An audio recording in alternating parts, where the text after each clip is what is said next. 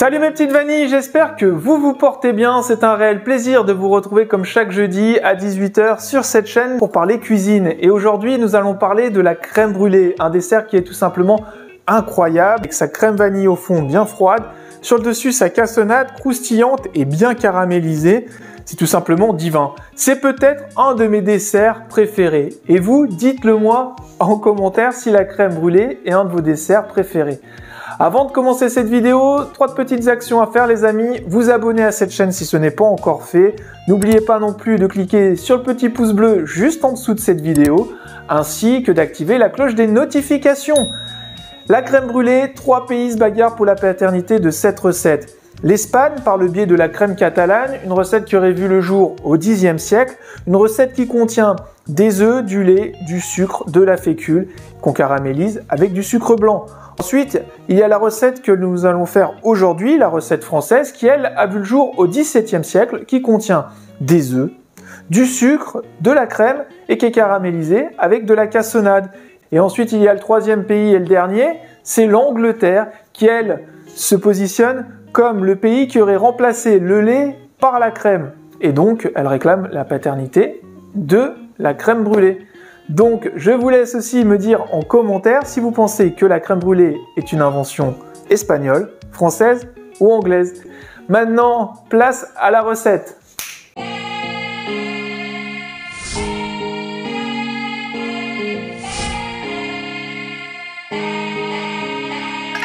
La préparation de nos crèmes brûlées. La liste des ingrédients apparaît sur ma droite et vous la retrouvez en description de cette vidéo. C'est une recette qui est extrêmement simple, elle est à la portée de tous. On commence par faire chauffer notre crème. Ensuite, nous allons fendre notre gousse de vanille. Alors, si vous n'avez pas de gousse de vanille à la maison ou parce que c'est trop cher, vous pouvez utiliser soit de l'extrait de vanille ou encore du sucre vanillé pour réaliser nos crèmes brûlées. Alors là, on va fendre notre gousse de vanille en deux. Et on va la placer dans notre crème. Pendant qu'elle est en train d'infuser, on va blanchir 4 jaunes d'œufs.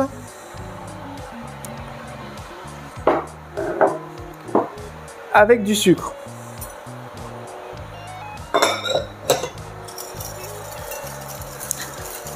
Quand votre mélange est devenu un peu plus clair, qu'il est bien blanchi, vous attendez que votre crème bout et là vous avez déjà fait la moitié de la recette. Ma crème est prête, je la stoppe et là je viens verser ma crème chaude sur mes œufs blanchis. Je fouette vigoureusement.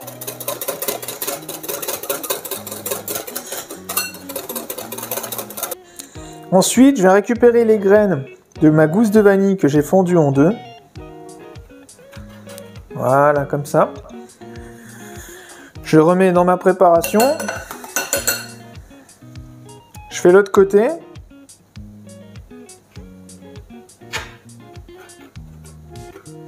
Voilà. Et je viens ajouter ça dans ma préparation.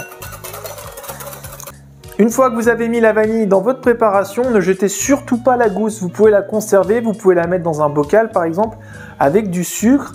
Et au fur et à mesure que vous utilisez de la vanille, vous rajoutez vos gousses de vanille que vous avez fendues, raclez la graine dans ce bocal et ça va vous faire un super sucre vanillé maison.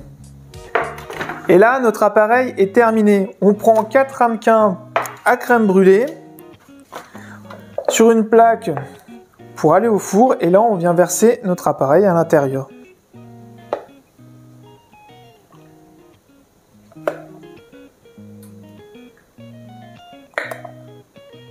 Et on enfourne nos crèmes dans un four préchauffé à 95 degrés en chaleur tournante pour environ 50 minutes.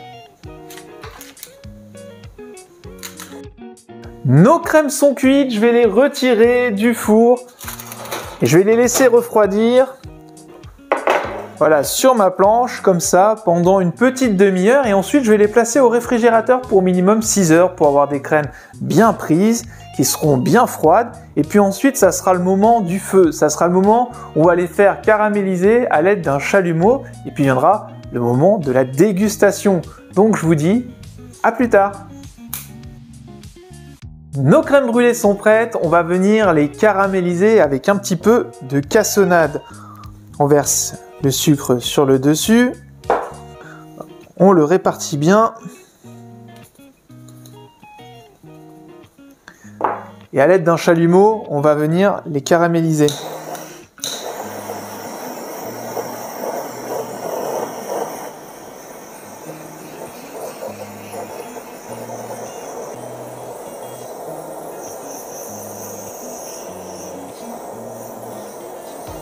On attend ensuite que le caramel refroidisse légèrement pour pouvoir déguster ce délicieux dessert. Cette vidéo prend fin les amis, j'espère qu'elle vous a plu. N'hésitez pas à me le dire en commentaire et à lâcher un petit pouce bleu, ça fait toujours plaisir pour me motiver à la production de nouvelles vidéos et de nouvelles recettes. Maintenant je vais déguster ma crème brûlée. Oh là là, vous entendez ce petit bruit là? Ce petit craquement du caramel, c'est magnifique.